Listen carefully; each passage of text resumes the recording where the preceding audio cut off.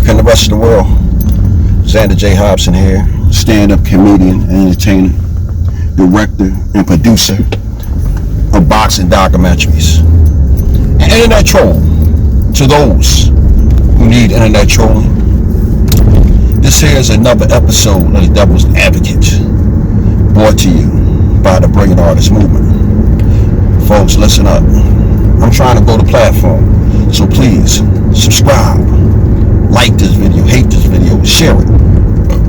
Leave a comment in the comment section. It could be something nice, or it could be something nasty. But just know, if you say something cute in my comment section, I'm gonna be all over your punk ass like a leopard. I am the troll's troll, and trolling me will not be tolerated. Well, you might be interested to know that the great Jack Dempsey, former heavyweight champion of the world, the Mike Tyson before Mike Tyson was Mike Tyson, once said, "I love cats better than dogs. Take it or leave it." Well, I'm going to modify that a tad. I like women better than men. Take it or leave it. And the reason why I like women better than men is because, number one, they have my rib. Two, they're prettier and smell better. And three, you can sleep with them. So that is the reason why I like women better than men. I heard a friend of mine, a fella by the name of Kerry, who's unfortunately he's no longer with us. But anyway, I heard my friend Kerry say to a young lady one time, if you knew better, you do better. And despite how cool and hip that cliche may sound, if you're really paying attention to what is being said, it speaks volumes. If you knew better, you do better. For example, if you knew how to invest your money wisely, obviously you'll do better. If you knew how to create some type of app or something like a Facebook program or a YouTube or Instagram program, you do better. If you knew how to cure a disease or a sickness, you do better. So again, that cliche, it speaks volumes. If you knew better, you do better.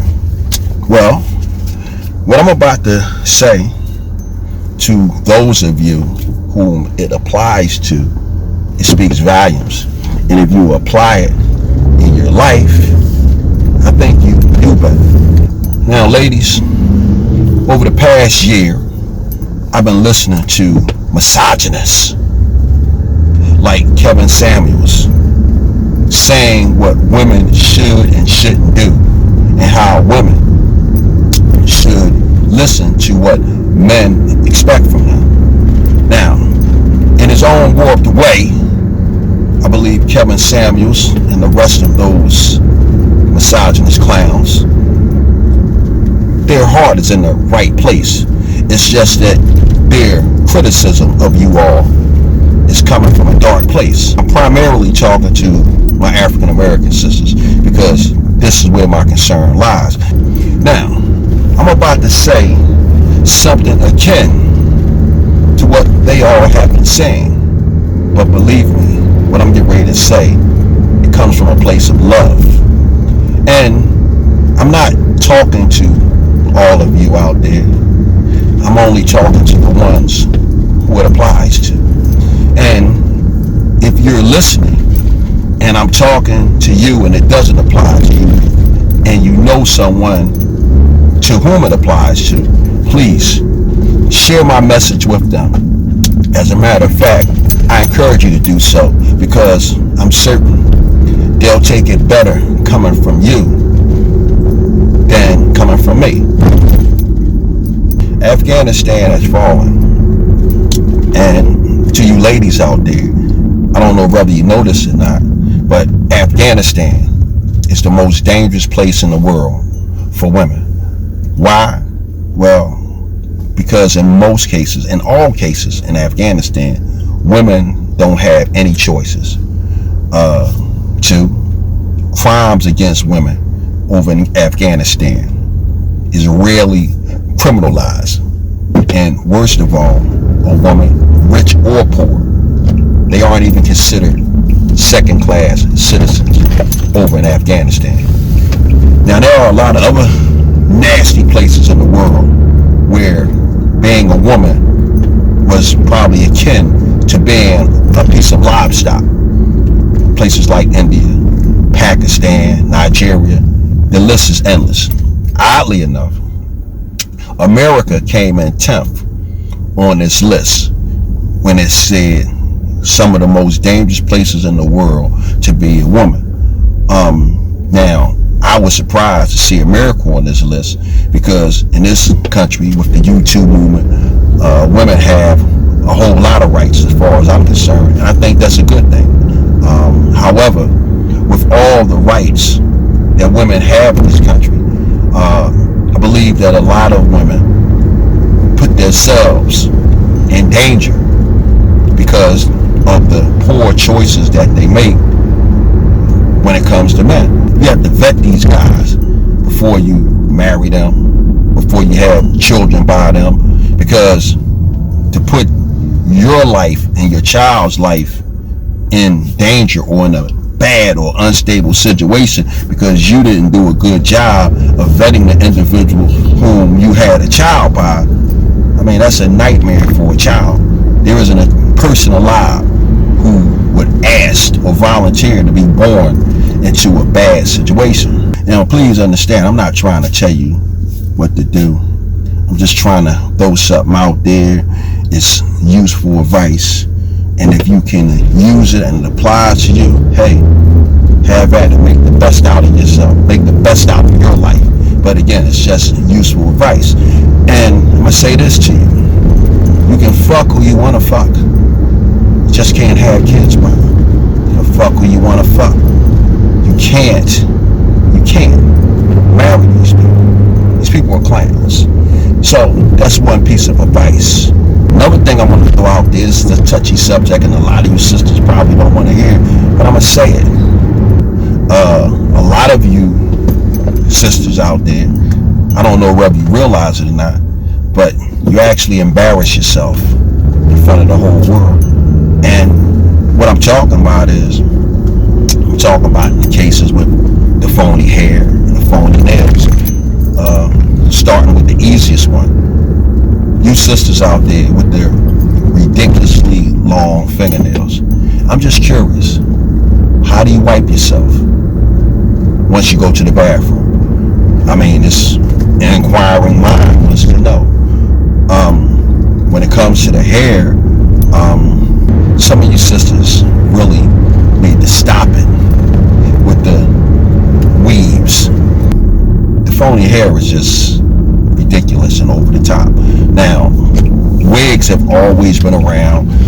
When I was a young kid in the 70s, and the 60s, I remember my mom having wigs and her girlfriends. I remember people having wigs, but women still did their own hair. In fact, women doing each other's hair in the house, in the kitchen, it was like a bonding ritual between women. They done their own hair, they done their own fingernails.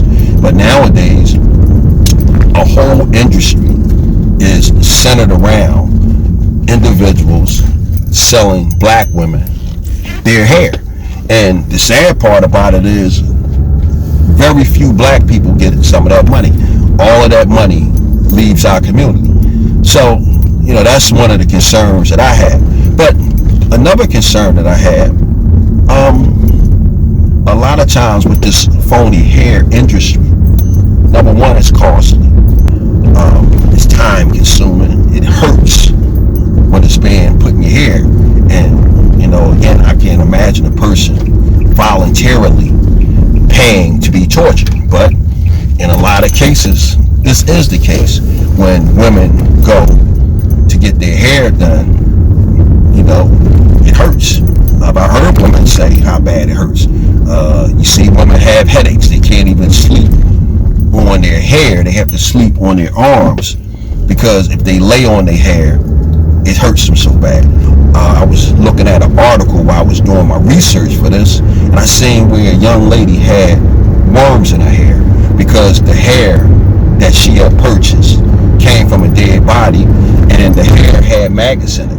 Now, I don't understand how the hairstylist missed the maggots, but nevertheless, this is what the news article said that I was reading when I was doing the research. Now, I want to say something that I want to speak from a fact.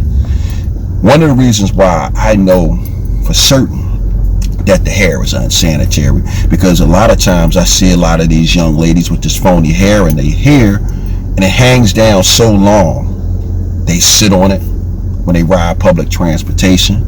I've seen young ladies whose hair is so long, I've seen them bending over to do something, their hair is on the ground. And worst of all, a lady friend of mine whom I was dating while I was separated from my wife, I came in the bathroom one day and I noticed that her hair was hanging down into the toilet, and she hadn't even realized it. So again, for the sake of sanitary or cleanliness, that's a reason why you guys need to do a better job with that hair. In fact, you shouldn't even mess with that hair at all. So, these are all of the things that my black sisters are exposing themselves to. And as a black man who loves and cherishes and respects black women, I got to put this out there so I can say that I did my part to let my sisters know the hazards and the embarrassments that they are subjecting themselves to. Again, you get a lot of sisters, they make a spectacle out of themselves. You have individuals walking around with this multi-colored hair. And I understand if a person had a unique hair color in their hair, maybe you're going to an event, or maybe you're in a show or a production or something, and for that production or for that show, you want your hair to be this unique color. But after a minute, it looks utterly ridiculous. And again, this is us.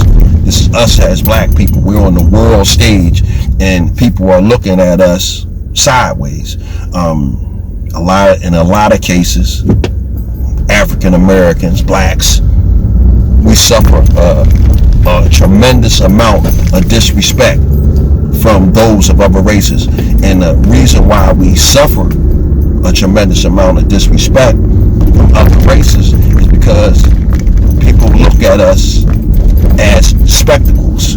They look at us as people who don't take themselves seriously. So if you don't take yourself seriously, why the hell should I, the Chinese man, I, the Indian man, I, the Hispanic man, I, the white man, why should I take you seriously if you don't take yourself seriously?